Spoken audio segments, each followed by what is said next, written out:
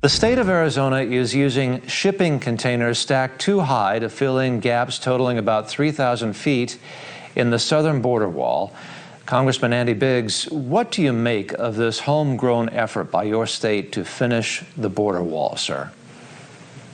Well, it tells us a number of things. First of all, that Arizona's governor's, he's been doing some things, but he finally really gets it.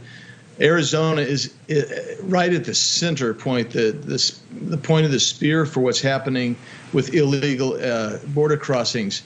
And so I'm glad he's doing it. It's not going to be nearly enough, to be frank with you, because the places where he's putting it down in the Yuma area, which I've been to many times, it will be helpful, but it will be helpful by redirecting traffic to an actually busier location along the southern border there near Yuma, where most of the traffic comes, where people come in and actually willfully surrender.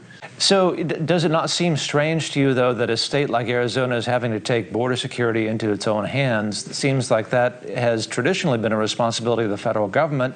What does this say about the erosion of the federal government, its ability to step in and to basically do what it's supposed to do? Yeah, I mean, there's a protection. Article 4, Section 4 says that the federal government is going to protect every state from invasion, and it's not. And also, there's a whole line of Supreme Court cases that said that when the federal government occupies the field of immigration and by extension border control, that the states can't act. But what's happening here, John, is the federal government has vacated the field, and the states have to act.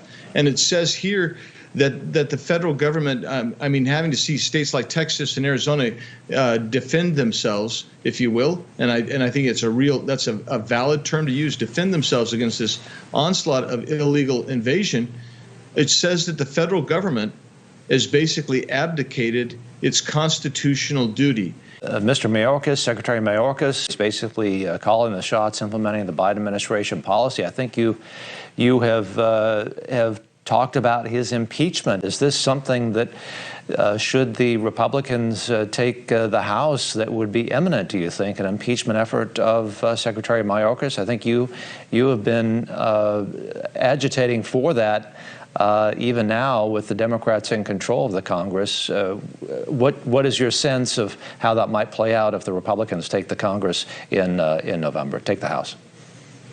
John, I filed articles last August, a year ago now, because of what we'd already seen, and it's gotten worse and worse. And Secretary Mayorkas is deliberately violating federal law.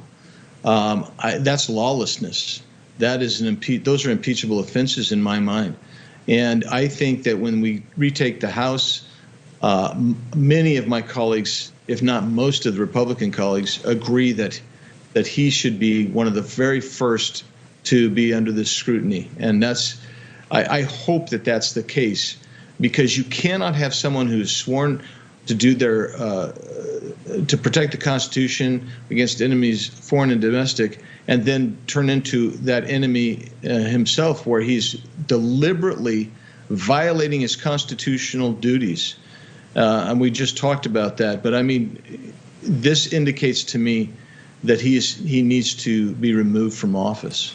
Congressman Andy Biggs of Arizona, thank you very much for joining us on One America News, sir. It's always good to talk to you. Great to see you, John. I'll see you soon in D.C. Thank you.